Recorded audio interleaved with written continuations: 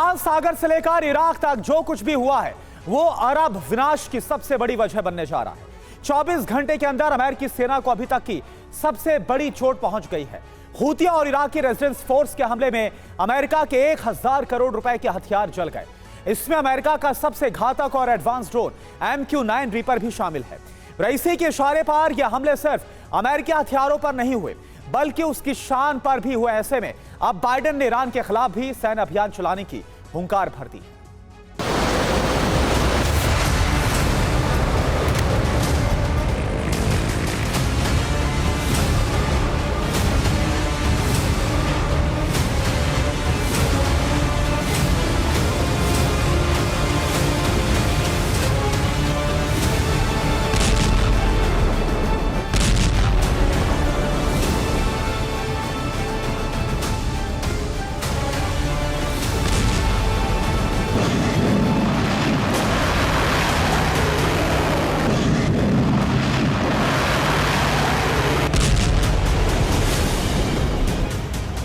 घंटे में 100 मिसाइलों से विस्फोट हुआ और इसी के साथ अमेरिका शोक सागर में डूब गया।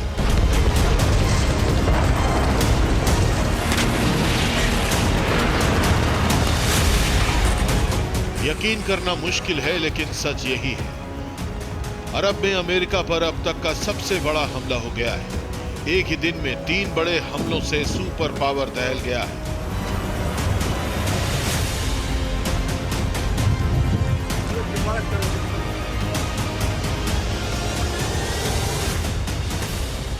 इराक से लेकर लाल सागर और अदन की खाड़ी में ईरानी प्रॉक्सी ने ऐसा जलजला लाया कि बाइडेन के 1000 करोड़ के अस्त्र स्वाहा हो गए।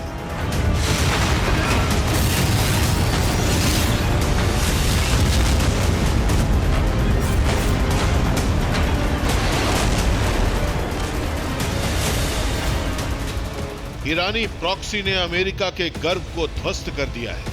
अमेरिका पर यह वो हमला है जो अरब में एटमी विनाश का सबसे बड़ा तूफान ला सकता है।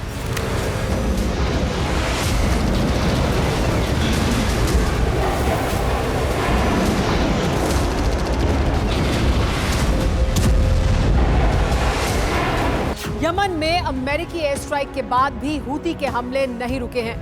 पिछले 3 दिन में 4 जहाजों पर हूती ने हमला किया है। हूती ने जिन 4 जहाजों पर हमला किया है उसमें 2 अमेरिका के हैं और इसी के बाद से अमेरिका क्रोध से भर गया है।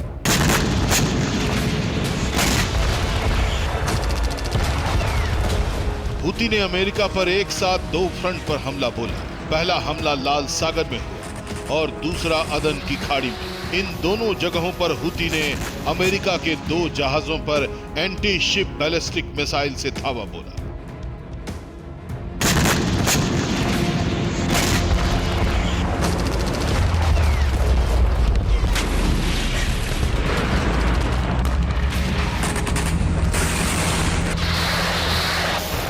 अदन की खाड़ी में अमेरिका के जेम रेंजर नाम के जहाज पर आक्रमण किया गया।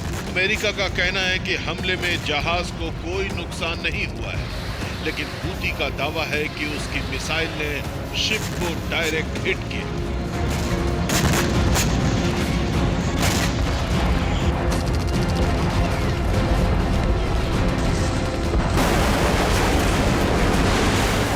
हूती पर हमले को लेकर अमेरिका का दावा सही है या हूती का, इसकी जानकारी अब तक सामने नहीं आई है। लेकिन ये सच है कि अदन की खाड़ी में हूती के हमले के बाद अमेरिकी जहाज के क्रू मेंबर्स को इंडियन नेवी ने रेस्क्यू किया।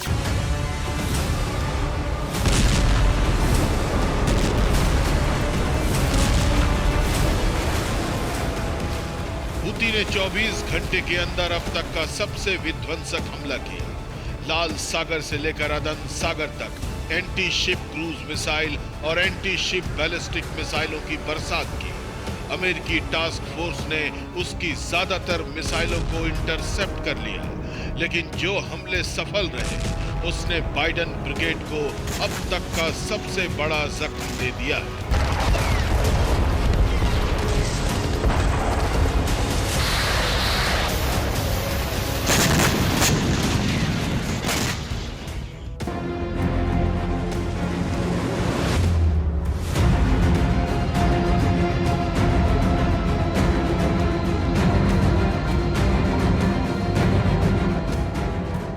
अमेरिका को सबसे बड़ी चोट इराक में पहुंची।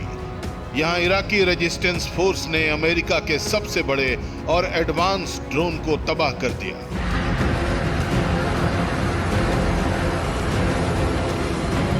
ये तस्वीर अमेरिका के सबसे बड़े ड्रोन MQ-9 रिपर पर हमले की है। अमेरिका के इस ड्रोन ने सर्विलांस के लिए बगदाद बेस से उड़ान भरी थी। तभी इराकी रेजिस्टेंस ने इस पर हमला कर दिया। हमले के बाद अमेरिकी ड्रोन इस तरह से जलकर राख हो गया।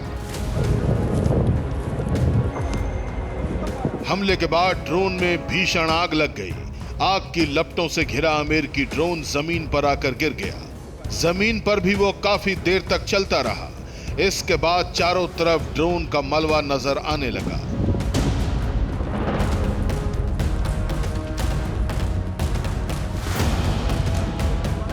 एक MQ-9 रिपर ड्रोन की कीमत 900 करोड़ रुपए होती है। इसका मतलब यह हुआ कि सिर्फ एक हमले में अमेरिका के 900 करोड़ रुपए स्वाहा हो गए।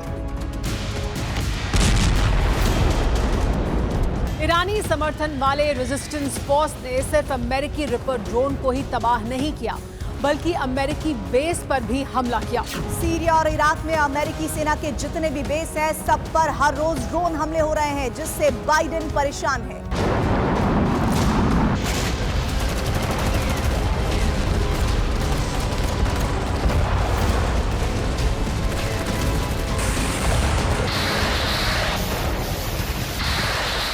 पिछले 3 महीने के अंदर सीरिया और इराक में मौजूद अमेरिकी बेस पर 140 से ज्यादा हमले हो चुके हैं। इन हमलों में अमेरिकी सेना को बहुत बड़ा नुकसान हुआ है।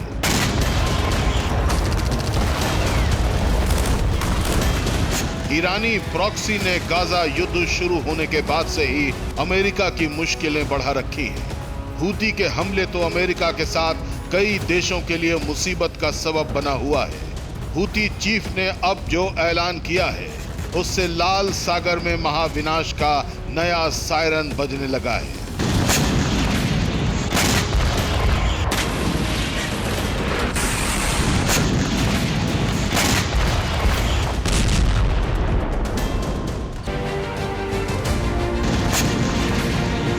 अमेरिकी जहाजों पर हमले और हूती की हुंकार से भड़की अमेरिकी सेना ने फिर से यमन में हमले तेज कर दिए हैं।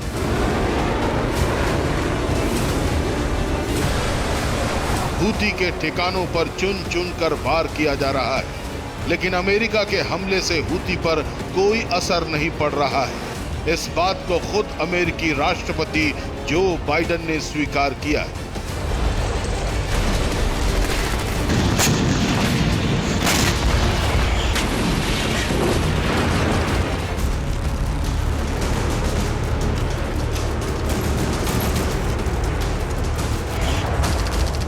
बाइडेन ने साफ कर दिया है कि यमन में हूती पर अमेरिकी टास्क फोर्स का एक्शन जारी रहेगा।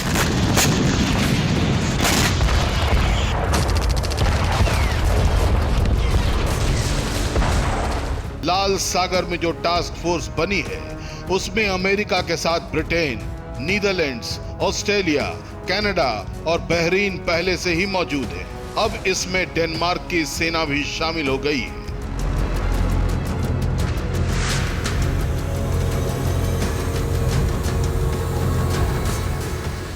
अमेरिकी टास्क फोर्स न सिर्फ हूती को खत्म कर रही है, बल्कि अब ईरान के खिलाफ भी हमला करने की तैयारी हो चुकी है।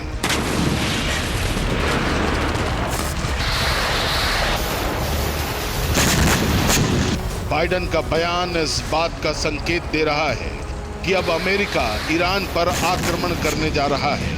अमेरिका का ये वो हमला होगा जिससे अरब में परमाणु जलजला आ सकता है। Bureau report, TV9 Bharatvarsh.